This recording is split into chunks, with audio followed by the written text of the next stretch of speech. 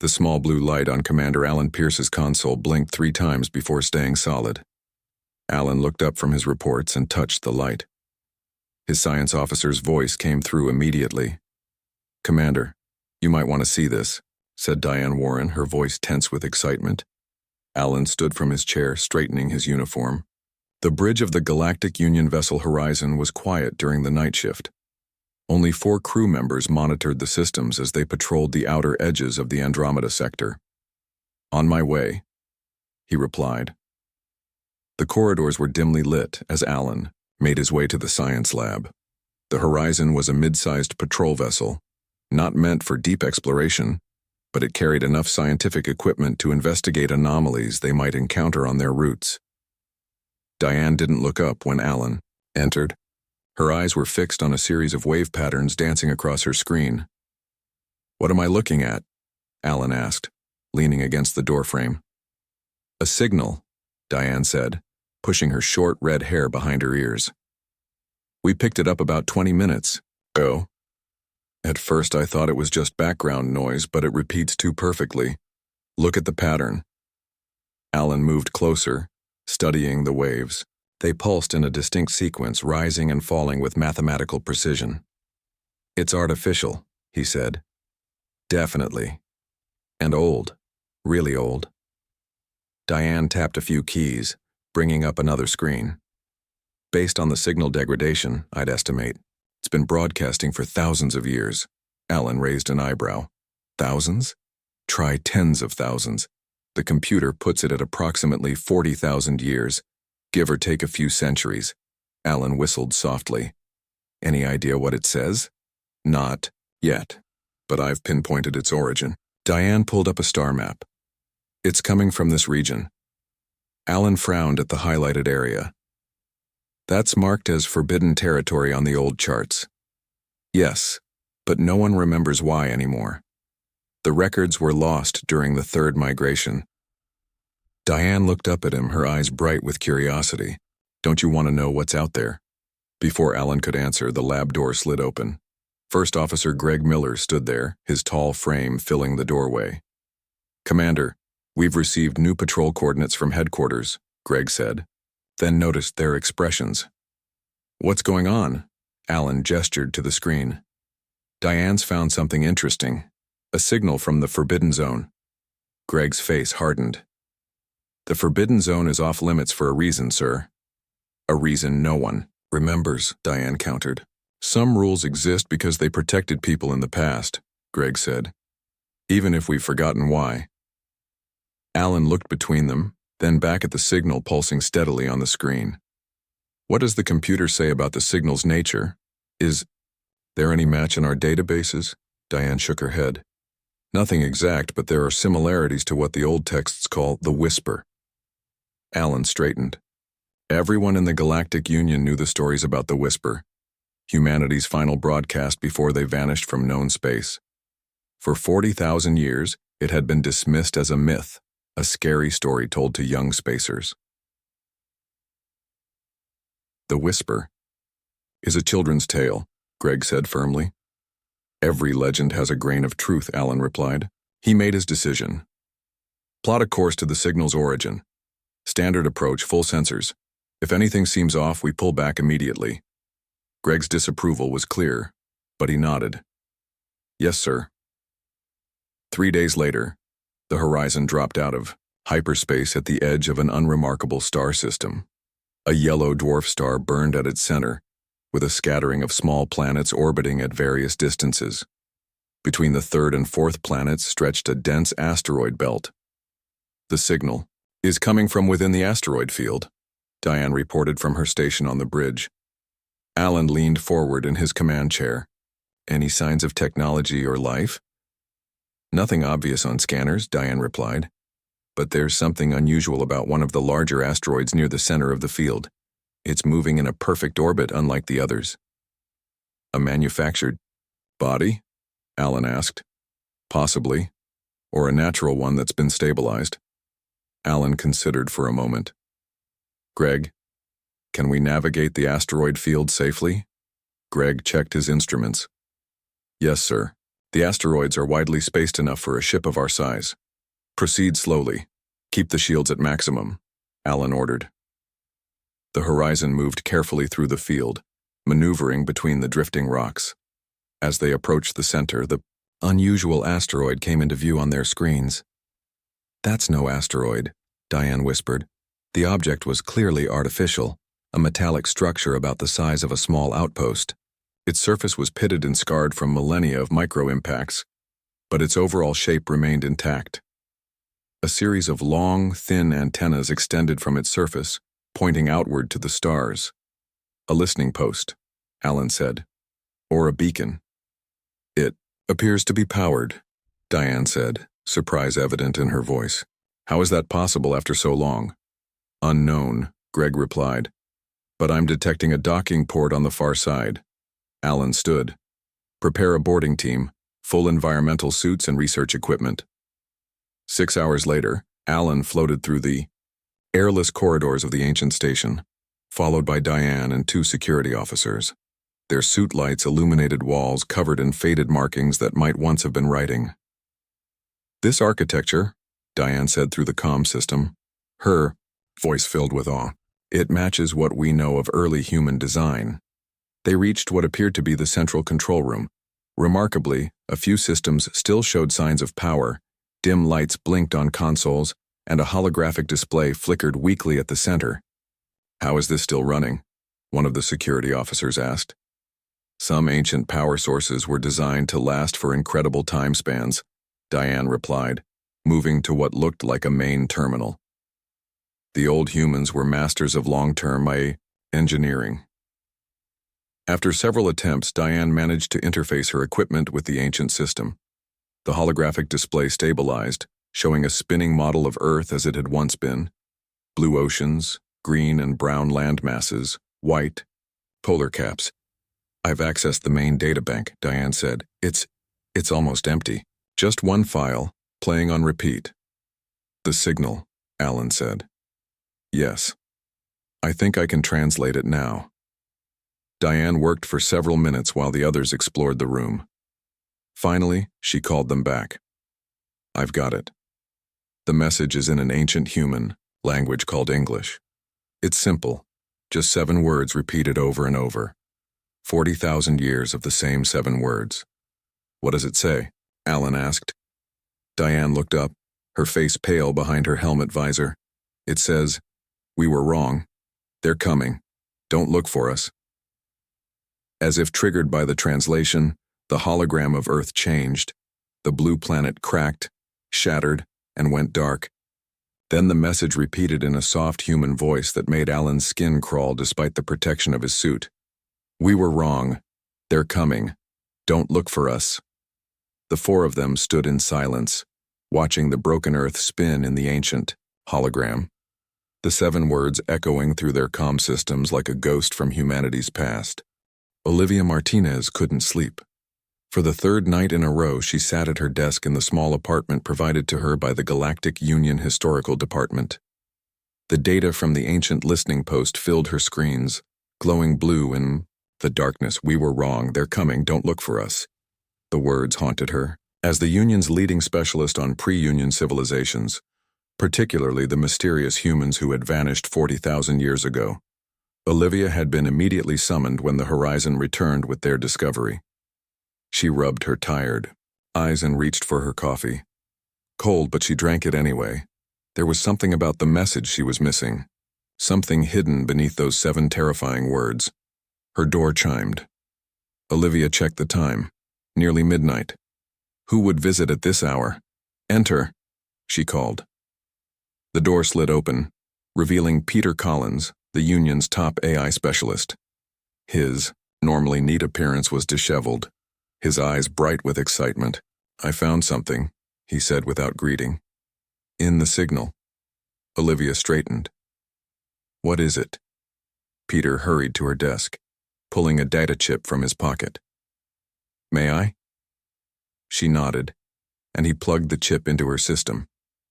New windows opened, showing the same signal but broken down differently. "I broke the signal into layers," Peter explained. "The words are just the surface. Underneath, there's data, Lots of it. The humans encoded it within the carrier wave itself.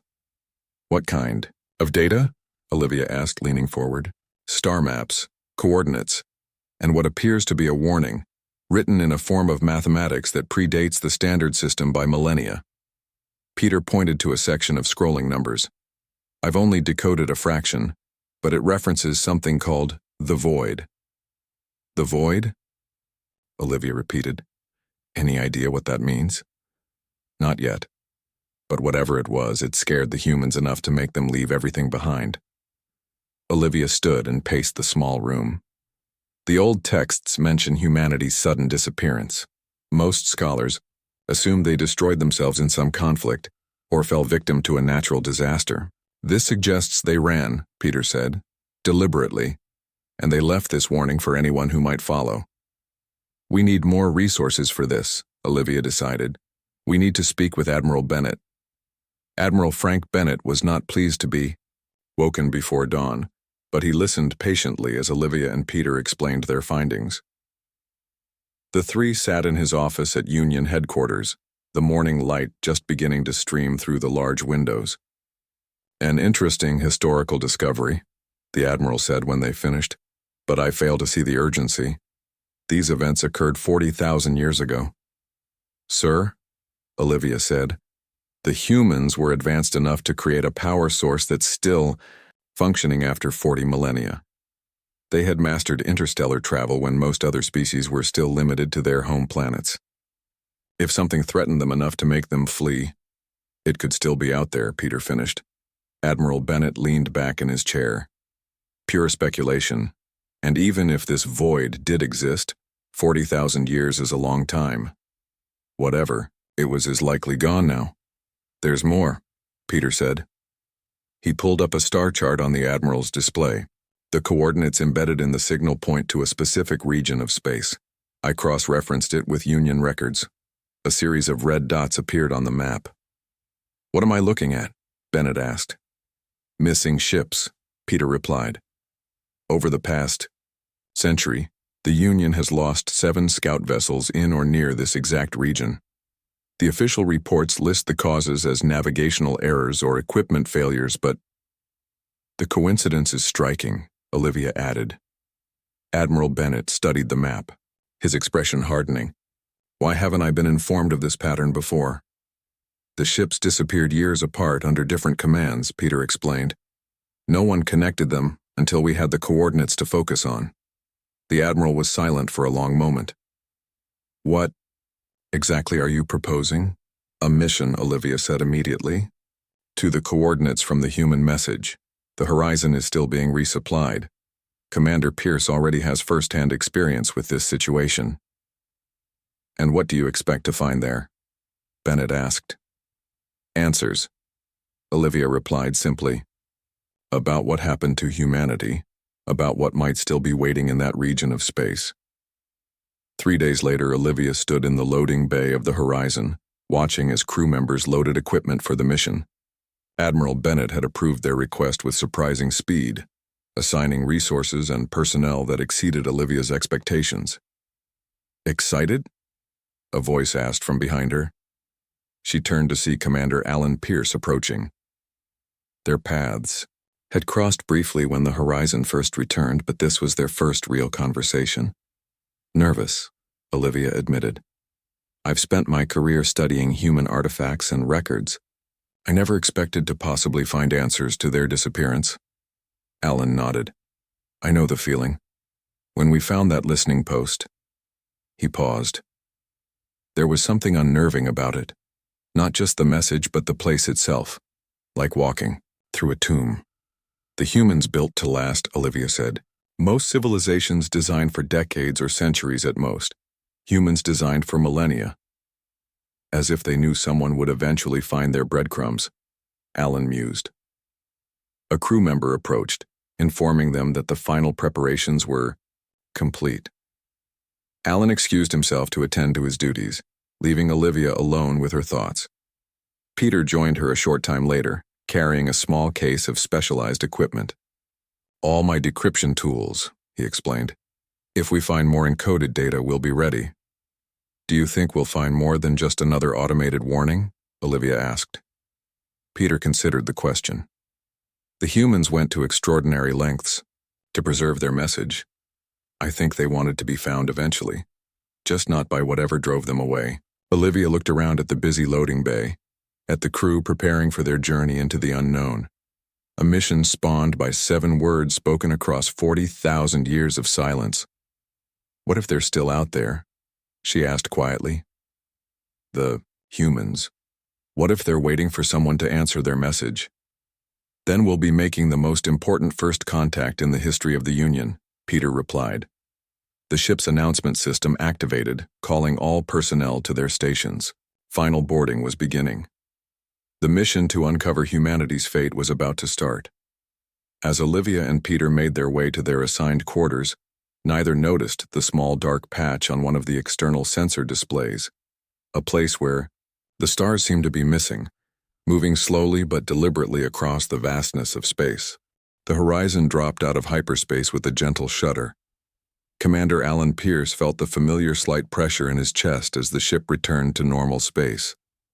On the main view screen, stars appeared where moments before there had been only the swirling colors of hyperspace. Status report, Alan ordered, his eyes fixed on the screen. All systems normal, Greg responded from his station. We've arrived at the exact coordinates from the human message. Alan nodded, then frowned. What's that? Directly ahead, floating against the black of space, was a massive structure. A perfect sphere dark against the stars, approximately 50 miles in diameter. No lights shone from its surface, but even from this distance they could see patterns etched across its skin. Scan it, Alan ordered. Diane worked at her station, her fingers moving quickly across the controls. After a moment, she looked up, confusion clear on her face. Sir, I can't identify the materials. They're not in our database. But the structure is definitely artificial, and there's a small opening on the side facing us. Like a doorway. A doorway? Alan repeated. Could it be a coincidence that it's facing our arrival point? I don't believe in coincidences this big, Greg said quietly. The bridge door slid open, and Olivia Martinez rushed in, followed closely by Peter Collins. Both stopped short at the sight on the view screen. Is that? Olivia began. Whatever the humans wanted us to find, Alan finished for her. Diane, are you detecting any energy signatures? Any sign of life? Low-level energy readings, but no life signs, Diane replied. The structure appears to be in some kind of dormant state. Alan considered their options. We need a closer look. Greg, bring us to within 500 meters of that opening. Diane, continue scans. I want to know everything we can before we send anyone over there. As the horizon moved closer, details of the sphere became clearer. The patterns on its surface were not random. They were writing inscriptions in dozens of different languages flowing across the dark material. I recognize some of these, Olivia said, her voice filled with wonder. That's ancient human English there, and that's Centaurian script from the pre-Union era. These inscriptions are in languages from all over the galaxy, some that haven't been spoken in thousands of years. A message for anyone who might find it, Peter suggested. Or a warning, Greg added. Alan made his decision. We need to go inside. Security Chief Sutton, prepare an expedition team. Full environmental suits, weapons at ready but not drawn. I want Olivia and Peter on the team for their expertise. Karen Sutton, the ship's head of security, nodded sharply. Yes, sir. I'll lead the team myself. An hour later, Karen guided the small shuttle through the opening in the sphere. The entryway was just large enough to accommodate their craft, suggesting it had been designed for visitors. Inside was a vast docking area, dark except for their shuttle's lights. Atmosphere readings show breathable air, Karen reported, checking her instruments. Temperature is slightly cool but well within comfortable range. Almost as if it was waiting for visitors, Peter said. The team of 6 exited the shuttle, their suit lights cutting through the darkness. Karen led the way, followed by Olivia and Peter, with 3 security officers bringing up the rear. They moved slowly across the docking area toward what appeared to be a corridor. As they stepped into the corridor, lights activated automatically, illuminating their path. The walls were smooth, made of the same unidentifiable material as the exterior, with more writing etched into their surface. "It's responding to our presence," Karen observed. "Stay alert." They continued forward until the corridor opened into an enormous circular chamber at what must have been the center of the sphere. As they entered, the entire space lit up, and they all gasped. The chamber was a massive museum, or memorial. Holographic displays filled the space, each showing images of Earth and human civilization, cities, oceans, forests, people going about their daily lives. The images shifted and changed, telling a silent story of a world long gone. "It's beautiful," Olivia whispered. "Look," Peter said, pointing to a central platform. "I think that's the main control system." They approached carefully. As they got closer, the platform activated, and a new hologram appeared above it, a timeline, with dates in an ancient human calendar system. Olivia studied it, then reached out and touched one of the points on the line. Immediately, the surrounding displays changed. Now they showed scenes of panic, humans running, boarding massive ships, carrying what few possessions they could. The silent images were clear even without sound. Evacuation. "They left," Karen said. "All of them." Olivia moved along the timeline, touching later points. The displays showed empty human cities, abandoned colonies, and finally, construction of what appeared to be the very sphere they now stood in. "This is a monument," Olivia realized. "They built this before they left as a record of what happened, and why they left." At the end of the timeline was a single point glowing brighter than the rest. With a deep breath, Olivia touched it. A new hologram appeared in the center of the room, a human woman with short gray hair and tired eyes. She wore a simple uniform with an insignia none of them recognized.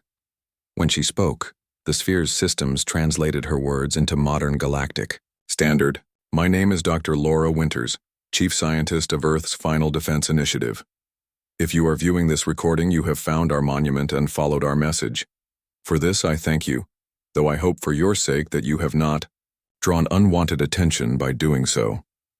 The woman's hologram looked directly at them, creating the unsettling illusion that she was actually seeing them across 40,000 years. "Humanity did not perish in war or disaster as many might assume. We fled. We discovered something lurking in the dark spaces between stars. Entities that feed on sentient thought and technological advancement. We called them the Void, Doctor." Winter's expression grew grim. "Once a civilization reaches a certain level of development, they become visible to these entities, and they become prey. We discovered their existence too late to fight them, but perhaps not too late to escape them. This monument contains all we learned about the Void, how they hunt and why we believed we could evade them. It also contains the legacy of Earth and humanity, our knowledge, our history, our art, everything that made us who we were." Paused, seeming to gather her thoughts. "We have established colonies in regions of space we believe are shielded from the Void's perception. If you wish to find us, if you believe you can help us, the information is here. But be warned, accessing it will activate systems that may draw attention. The choice is yours. Remember our words. We were wrong. They're coming. Don't look. For us." The hologram faded, leaving the expedition team standing in silence, surrounded by the ghosts of a civilization that had chosen to disappear rather than face what hunted them. No one spoke for several long moments after Dr. Winter's hologram disappeared. The expedition team stood in the silent chamber, surrounded by the fading images of a long-gone civilization. Peter was the first to move. He approached the central platform where the hologram had stood. His fingers hovered over the controls, not quite touching them. "There's an interactive system here," he said. I think it will respond to questions." Karen frowned. "Is it wise to activate more systems? You heard what the doctor said about drawing attention." "We've come this far," Olivia replied. "We need to learn more." She joined Peter at the platform. "Can you make it work?" Peter nodded, slowly. I believe so. The interface is surprisingly intuitive despite its age. He pressed a series of symbols on the platform.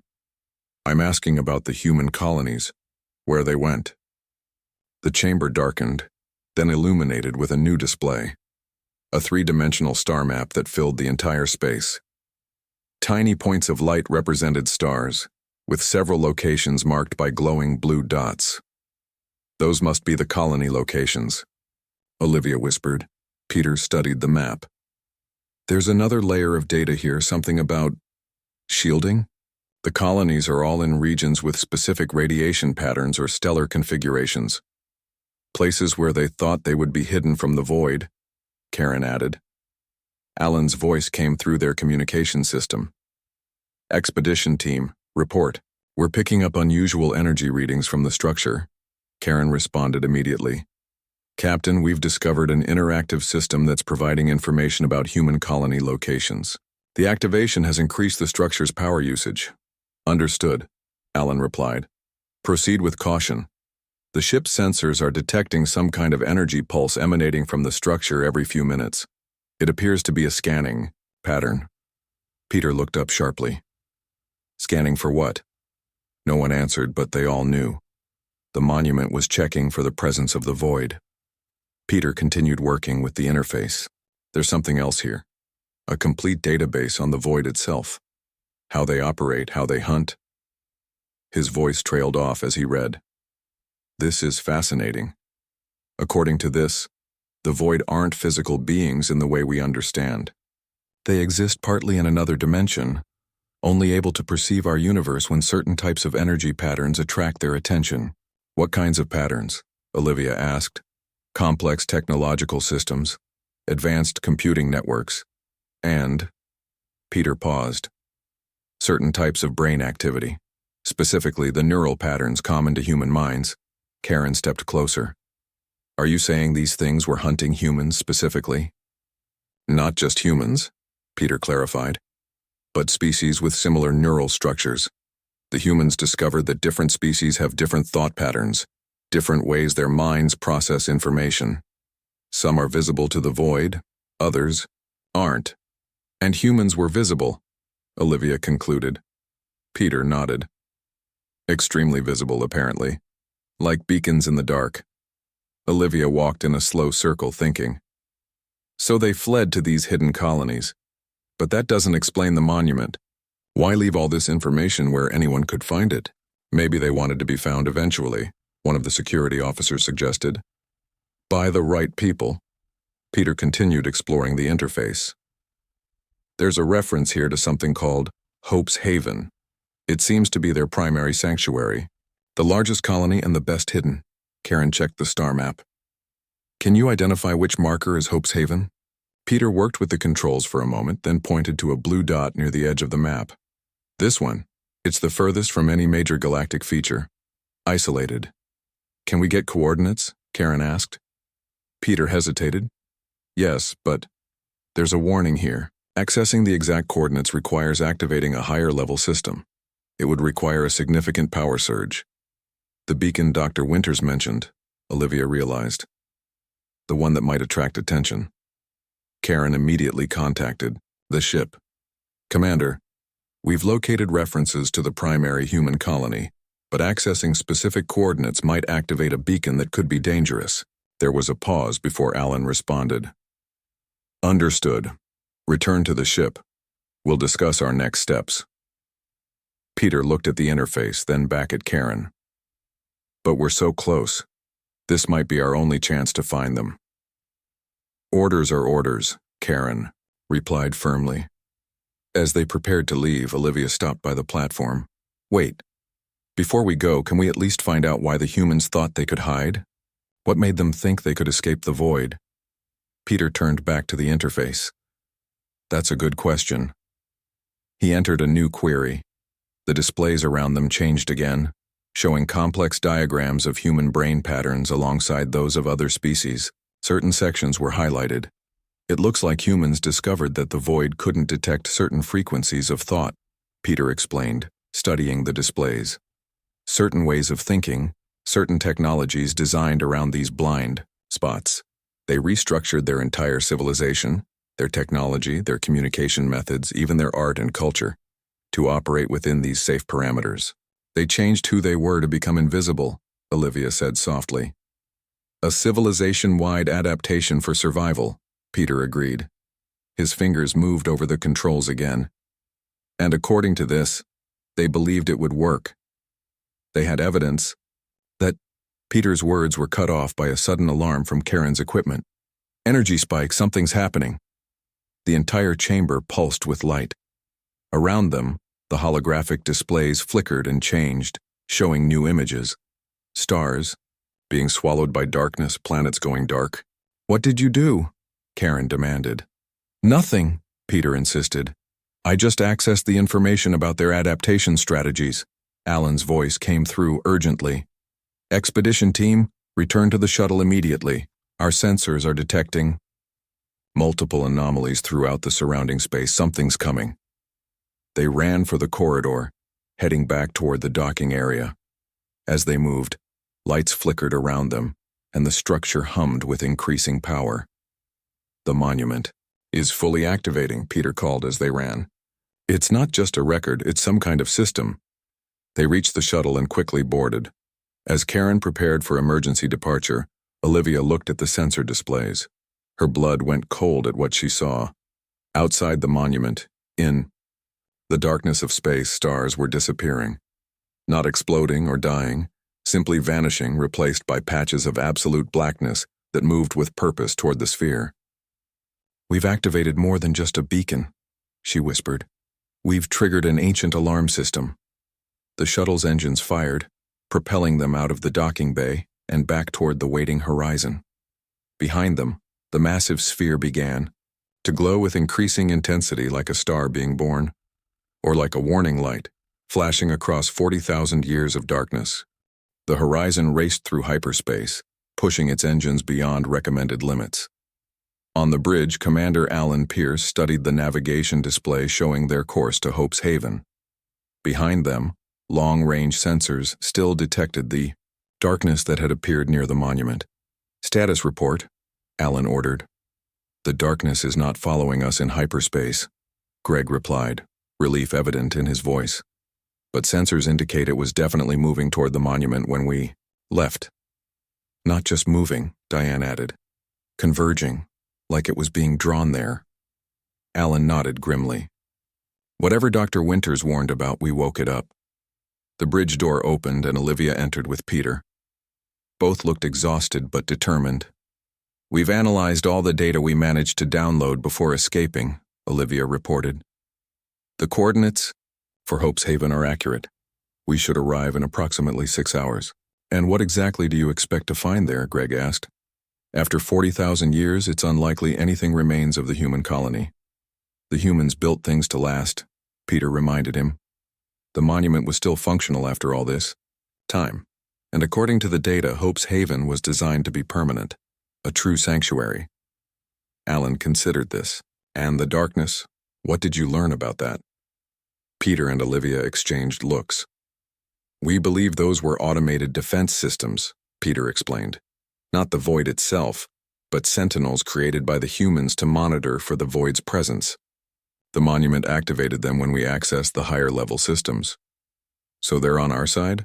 Alan asked. More like early warning devices, Olivia clarified. They were buying time, creating a distraction while we escaped with the coordinates.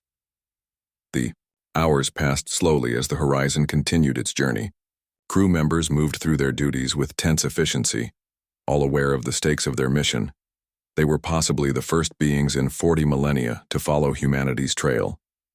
Finally, the ship dropped out of hyperspace at the coordinates of Hope's Haven. The view screen showed a small, unremarkable yellow star with several planets. The third planet from the star glowed blue and green, a world that looked remarkably like old images of Earth. Life signs? Alan asked immediately. Diane worked at her station. Yes, sir. The planet is teeming with life, including advanced civilization. I'm detecting cities, energy signatures, even artificial satellites in orbit. Open a communication channel, Alan ordered. No response on standard frequencies, Greg reported. But there's something else. A beacon of some kind. Broadcasting. From the surface. It's using a very old format, but our systems recognize it as a landing invitation. Alan stood from his command chair. They're expecting visitors. Diane, scan the surrounding space. Any sign of our dark friends? None, sir. The space around the star system appears clear. Alan made his decision. Prepare a shuttle. I'll lead the landing party myself. Olivia, Peter, you're with me. And Karen, we'll need security. An hour later, their shuttle broke through the clouds of Hope's Haven.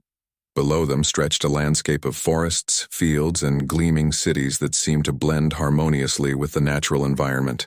The beacon led them to a landing pad outside the largest city. As the shuttle settled onto the pad, they saw a group waiting for them. The beings stood upright, roughly human-shaped, but with subtle differences. Their skin had a bluish tint. Their eyes were larger, and they moved with a fluid grace that seemed almost ethereal. They're not human, Karen observed, checking her weapons. No, Olivia agreed. But they're waiting for us peacefully. Let's follow their lead. The landing party exited the shuttle cautiously. The tallest of the waiting group stepped forward. She wore simple but elegant clothing with symbols that looked vaguely similar to the writing in the monument. Greetings, travelers, she said in perfect galactic standard.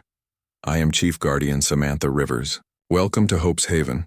We have been expecting you. Alan stepped forward. Commander Alan Pierce of the Galactic Union vessel Horizon. You were expecting us? Samantha smiled. For a very long time. Please, follow me. There is much to explain. She led them into a sleek transport vehicle that whisked them toward the city. As they traveled, Samantha explained, we are the inheritors. Not human, as you can see, but humanity's legacy. 40,000 years ago, when humans realized they could not hide from the void forever, they created us. Created you? Peter asked, fascinated. We were engineered from compatible alien species, Samantha explained. The humans found us in our early development stages and guided our evolution. They embedded their knowledge, their history, and much of their essence within us, while ensuring our neural patterns would remain invisible to the void. The transport arrived at a massive structure in the center of the city, a building that seemed both ancient and timeless. Inside, they were led through corridors filled with art and technology that mixed alien aesthetics with unmistakably human influences. The void couldn't perceive certain types of consciousness, Samantha continued as they walked. Specifically, minds that evolved with different neural patterns than humans possessed. Rather than trying to change themselves completely, which proved impossible, humanity chose to create stewards who could carry their knowledge and values forward. So the humans are gone? Olivia asked, her voice tinged with disappointment. Samantha stopped before a massive door. Not exactly. The door slid open, revealing an enormous chamber. In the center stood a structure that reminded them of the monument they had found, but smaller and clearly more advanced. Around it, other inheritors worked at various stations. This is our most sacred place, Samantha said. The Seed Vault. She led them to the central structure. Inside, visible through transparent panels, were thousands of small, glowing containers. Human genetic samples, Samantha explained, and consciousness imprints, the essence of humanity, preserved in stasis. Not just their bodies, but their minds, their memories, their souls. Everything that made them who they were. They planned to return, Alan realized. Samantha nodded. They knew they couldn't fight the void in their time, so they created us to watch over their legacy until the galaxy evolved enough to potentially stand against the threat. The beacon you found, it was designed to activate only when that time was near. The darkness that pursued us, Peter began. Defensive systems, Samantha confirmed, created by humans to protect the path to Hope's Haven. They bought you time to reach us. Olivia approached the containers, her hand hovering near but not touching the transparent panel. So what happens now? Now, Samantha said, we follow. The final phase of humanity's plan. She pressed a sequence on a nearby console. The central structure hummed to life, lights pulsing within it. The time has come not just to remember humanity, but to bring them back. They watched in awe as one of the containers moved into a chamber at the structure's base. Energy flowed around it, and monitoring systems displayed complex data streams. The first human in 40,000 years, Samantha said quietly, being reborn as we speak. Alan looked at his team, then back at the awakening chamber. We came looking for humanity's last message, but found their new beginning instead. Samantha smiled. That was always their plan. Earth's final message wasn't a farewell. It was the first note of a carefully orchestrated return. Outside the building, beyond the peaceful city, beyond the planet's atmosphere, stars shone brightly in the darkness of space. And somewhere among those stars, the void still lurked. But now, after 40,000 years of waiting, humanity was preparing to face it. Not alone, but with allies they had carefully cultivated across the millennia. The haunting message that had echoed across time, "We were wrong. They're coming. Don't look for us," had served its purpose. It had protected humanity's secret until the galaxy was ready, until humanity was ready to return.